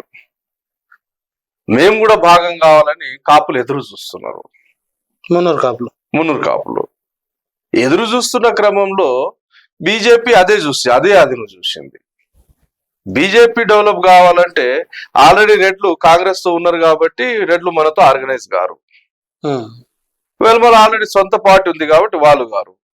నెక్స్ట్ ప్రయత్నాలు చేస్తున్న వాళ్ళలో ఎంతో కొంత డబ్బులు ఉండి గ్రామంలో కాస్త హోల్డ్ ఉన్నటువంటి వాళ్ళు, భూములు కలిగి ఉన్నటువంటి వాళ్ళు మున్నూరు కాపులు కాబట్టి మున్నూరు కాపు అనే బ్యాక్గ్రౌండ్ తోటి బండి సంజయ్ చేతిలో 10 పగ్గాలు ఇచ్చిండ్రు. వాడో పిచ్చోడు. పదే అంటున్నారు పిచ్చోడు అని. పిచ్చోడు అసలు పిచ్చోళ్ళు కూడా అవమానించినట్టు వాడు మాట్లాడే ఉపన్యాసాలు అవన్నీ ఒకసారి గమనించినట్లయితే జాలనిపిస్తుంది ఆయన మీద. ఆ విధంగా తన కమ్యూనిటీ యొక్క రిప్రజెంటేషన్ ఉండాలి అని మున్నూరు కాపులు బీజేపీని మోసిండ్రు. దాని కొరకు కనబడ్డది. మళ్ళీ బండి సంజయ్ తీయంగానే ఇమీడియట్ గా ఎక్కడికక్కడ కూల్ అయిపోయింది. ఇప్పుడు రవిప్రకాష్ 8 వస్తున్నాయి అంటున్నాడు. ఏడికెళ్ళి వస్తాయి? ఏ లాజిక్ ప్రకారం వస్తాయి? ఏం చేసి వస్తాయి? సరే దక్షిణాది రాష్ట్రాల పన్నులను ఎత్తుకెళ్తుండ్రా, అది ఎత్తుకెళ్తుండ్రు. ఇప్పుడు తెలంగాణ ప్రజలు ఆలోచించాలా, తెలంగాణకి ఏమి ఇవ్వలేదా బీజేపీ? విభజన హామీలు ఇదివరకు అమలు చేయలేదు. 10 సంవత్సరాల్లో 10 సంవత్సరాల నుంచి 10 సంవత్సరాల నుండి ఒక్క హామీని కూడా అమలు 2014లో మేము కాంగ్రెస్ ఇచ్చిన దానికంటే ఎక్కువ ఇస్తామని మోడీ మాట్లాడు. అస్సలు లేదు, ఒక్క హామీని కూడా అమలు చేయలేదు. రెండవది ఐటీఆర్ ప్రాజెక్ట్ ఇవ్వలేదు. మూడవది దేశమంతా మెడికల్ కాలేజ్ ఇచ్చిన కానీ తెలంగాణకు ఒక్క మెడికల్ కాలేజ్ ఇవ్వలేదు. తెలంగాణకు ఒక మెడికల్ కాలేజ్ ఇవ్వలేదు. మరి ఈడ ఎంపీలు లేరా? ఎంతమంది ఉన్నారు? నలుగురు ఉండే. లాస్ట్ టైం నలుగురులో ఒక ఆయన కేంద్ర మంత్రి, ఒక ఆయన ఏమో రాష్ట్ర పగ్గాలు అతడి చేతులు ఉన్నాయి. కానీ ఒక మెడికల్ కాలేజ్ ఇవ్వలేదు. కనీసం వాళ్ళ పార్లమెంట్ కాన్స్టిట్యుయెన్సీలు ఇచ్చినా సరిపోయేది, కానీ అక్కడ ఇవ్వలేదు. అదే విధంగా తెలంగాణకు కొన్ని ప్రాజెక్ట్స్ వస్తే ఆల్రెడీ కేసీఆర్ తో సంప్రదింపులు జరిపిన కంపెనీస్ ఇమీడియట్ గా తెల్లారా మోడీ ఇన్వాల్వ్ అయ్యి వాటిని గుజరాత్ కు షిఫ్ట్ చేసిండ్రు. ఆ ప్రాజెక్ట్ తెలంగాణలో వస్తే తెలంగాణ యువకులకు ఎంప్లాయ్మెంట్ వచ్చేది కాదు. కిషన్ రెడ్డి భూమి కేటాయించమని కేసీఆర్ కు లెటర్ రాసిండు అఫీషియల్ గా మంత్రిగా. అదే మరి ఇమీడియట్ గా గుజరాత్ కి వెళ్ళిపోయినాయి. అసలు బీజేపీ ఈ 10 సంవత్సరాల కాలంలో ఈ దక్షిణాది రాష్ట్రాలకు చేసిన ఏ ఒక్క మంచి పని చెప్పమనండి. బండి సంజయ్కి చెప్పమనండి, కిషన్ రెడ్డికి చెప్పమనండి, ఈ అరవింద్ కు చెప్పమనండి. అరవింద్ మన బండి సంజయ్ అయితే చిన్న పిచ్చోడు, పెద్ద పిచ్చోడు అరవింద్. ఎందుకంటే ఒక రోజు మీడియాతో కూర్చొని మారుస్తామండి, పార్లమెంట్ కు హక్కు ఉంది, రాజ్యాంగం, శూద్రుడు, నీకు చదువుకునే హక్కు ఇచ్చింది రాజ్యాంగం, నీకు ఎలక్షన్ లో ఓటు హక్కు ఇచ్చింది రాజ్యాంగం, నువ్వు ఎంపీ అయ్యే హక్కు ఇచ్చింది రాజ్యాంగం. నువ్వు చెప్పుకుంటున్నటువంటి ధర్మం, ఏ ధర్మానికి ప్రచారం చేస్తున్నావో శూద్రుడేలు రాజ్యాన్ని అంగీకరించేదాన్ని ఘోషణ చేస్తే ఛత్రపతి శివాజీ మహారాజ్ రాజ్యాభిషేకాన్ని బ్రాహ్మణ ధర్మం, హిందూ ధర్మం వ్యతిరేకించలేదా? అది వాడికి తెలియదా? వాడు గర్వంతో చెప్తున్నాడు భారత రాజ్యాంగం మారిస్తే ఏమైంది? షమ్ముకుని తల నరికినట్టు నీ తలని ఎవడు నరుకుతాడు? రాజ్యాంగానికి ఏం కాదు, రాజ్యాంగానికి ఏమైంది? వచ్చినటువంటి రాజ్యాంగంలో నీ స్థానం ఏంట? నువ్వు శూద్రుడు కదా, శూద్రుడి స్థానం ఏంటి? ఒకవేళ అరవింద్ కు నిజంగా బుద్ధి ఉంటే ఒక 3 తరాల ముందు వాళ్ళ తాత ముత్తాతల పేర్లు చూడమనండి. కనీసం పేర్లు పెట్టే అధికారం కూడా లేదు. రాజ్యాంగం తర్వాతనే కదా స్వేచ్ఛగా నువ్వు పేర్లు పెట్టుకుంటున్నావు. శూద్రుని పేరు జుగుత్సను కలిగించే విధంగా ఉండాలన్నాడు. ఇప్పుడు నేను చెప్పిన ఈ శ్లోకాల్లో ఒక కులం అనేది కదా అరవింద్ కదా, ఎంత దారుణంగా అవమానించాడు. అతను తాకిన అన్నం తినరాదని స్మృతి శాస్త్రాలు చెప్పడం జరిగింది, వ్యాస స్మృతిలో. అదే అమలు అయితే ఏమైంది? తెలంగాణ రాష్ట్రంలో బీజేపీ మహా కష్టంగా 1-2 సీట్లు రావచ్చు. ఇది మేము దేశవ్యాప్తంగా పనిచేస్తున్న క్రమంలో అనేక మీడియా సంస్థలు, అనేక సర్వే ఏజెన్సీస్ ద్వారా నాకున్నటువంటి సమాచారం. మరి 2014లో ఎన్నికల ఓటింగ్ కోతప్పుడు ప్రజలందరూ ఓటింగ్ కోయమందు సిలిండర్ కు దండం పెట్టిపోయి ఓటింగ్ ఏమని చెప్పిండు మోడీ. మరి ఇప్పుడు 2024 10 సంవత్సరాల తర్వాత మనం మోడీని అనుసరించని చెప్తున్నా. 2014లో సిలిండర్ దాదాపు 350 నుండి 400 ఉంది. 400 అయింది అప్పుడు. ఇప్పుడు 1000 నుండి 1200 ఉంది కదా. ఇప్పుడు మోడీనే మనము బీజేపీ భక్తులు గాని బీజేపీ ఓటర్లు గానే పోదాం. మోడీ మనకు 14లో అనౌన్స్ చేసిండు సిలిండర్ ని మొక్కుపోమని. మనం సిలిండర్ ని మొక్కి వెళ్దాం. ఇంకా సిలిండర్ ను మొక్కుదాం. వెళ్తూ వెళ్తూ బైక్ మీద వెళ్ళినట్లయితే బైక్ ను కూడా మొక్కుదాం. ఎందుకు బైక్? 2014లో స్ప్లెండర్ 60,000 ఉంది, ఇప్పుడు 1,00,000 అయింది. వెళ్తూ వెళ్తూ ఆ బైక్ లో పెట్రోల్ కొట్టేటప్పుడు ఆ పెట్రోల్ బంక్ ను కూడా మొక్కుదాం. 2014 పెట్రోల్ 60 రూపాయలు ఉంది, ఇప్పుడు 100 రూపాయలు దాటింది కాబట్టి పెట్రోల్ బంక్ ను కూడా మొక్కుదాం. వస్తు ఛాయ్ తాగడానికి ఉన్నప్పుడు ఆ పాలు పోస్తున్నప్పుడు ఆ పాల ప్యాకెట్ ను కూడా మొక్కుదాం. 2014 పాలు సుమారుగా 30 రూపాయలు లీటర్ ఉంటే ఈ రోజు ఆ పాలు 70 రూపాయలు లీటర్ అయింది. పాలను కూడా మొక్కుదాం. ఆ పాలను కలిపేటటువంటి చక్కెరను కూడా మొక్కుదాం. ఛాయ్ పత్తిని కూడా మొక్కుదాం. వచ్చేటప్పుడు ఇంట్లో ఏమైనా కూరగాయలు తీసుకొస్తే కూరగాయలను కూడా మొక్కుదాం. పప్పు ధాన్యాలను కూడా మొక్కుదాం. ఆయిల్ తీసుకొస్తే ఆయిల్ ని కూడా మొక్కుదాం. 2014 ఆయిల్ 1 లీటర్ ప్యాకెట్ ఎంత ఉంది? 60-70 రూపాయలు 60 రూపాయల లోపే ఉంది, 70 కూడా లేదు. ఈ రోజు 100 దాటి ఉంది. ఆ ఆయిల్ కూడా మొక్కుదాం. కర్రీ చేస్తున్నప్పుడల్లా వాళ్ళ అమ్మకు అమ్మ కూరలు ఆయిల్ వేసేటప్పుడు ఆయిల్ మొక్కు అని చెప్దాం. అన్నింటినీ మొక్కాలి. ఇప్పుడు ఒక్క సిలిండర్నే కాదు, అన్నిటిని మొక్కాల. రోగగ్రస్తులు టాబ్లెట్లు కొనేటప్పుడు మెడికల్ ని మొక్కాల. ఎందుకంటే ఒక్కొక్క టాబ్లెట్ సుమారు 800 రేట్లు పెరిగింది 10 సంవత్సరాల కాలంలో. ఆ 10 సంవత్సరాల కాలంలో ఒక రేటు 2 రేటు కాదు, 800 రేట్లు పెరిగినాయి మెడిసిన్స్. నిత్యావసర ధరలు విపరీతంగా పెరిగిపోయినాయి. వాటన్నిటిని మొక్కుదాం. ఇప్పుడు దక్షిణాది రాష్ట్ర ప్రజలు మనం మోడీని అనుసరిద్దాం, రాహుల్ గాంధీని అనుసరించే అవసరం లేదు. సిలిండర్లను మొక్కిపోమని మోడీ చెప్పిండు కాబట్టి మేము మోడీనే అనుసరిస్తాం. సిలిండర్లతో పాటు నేను చెప్పిన వీటన్నిటిని మొక్కి మరి ఓటుకెళ్ళండి అని చెప్తున్నా. Thank you very much Digambar Kamble గారు. ఈ మా స్టూడియోకి వచ్చి ఈ 10 సంవత్సరాల బీజేపీ పాలన మూడోసారి గెలిస్తే ఏమవుద్దని అనేక అంశాలను చెప్పారు. Thank you very much. ప్రజలారా విన్నారు కదా, దిగంబర్ కాంబ్లే గారు మరోసారి మన స్టూడియోలో కూర్చొని అనేక పుస్తకాలను మళ్ళీ పట్టుకొచ్చి భారతదేశంలో పేలిన ప్రతి బాంబు వెనుక ఆర్ఎస్ఎస్ హస్తం ఉంది అని చెప్పేసి ఒక పుస్తకాన్ని ముందర పెట్టి ఆధారాలతో సహా మాట్లాడారు.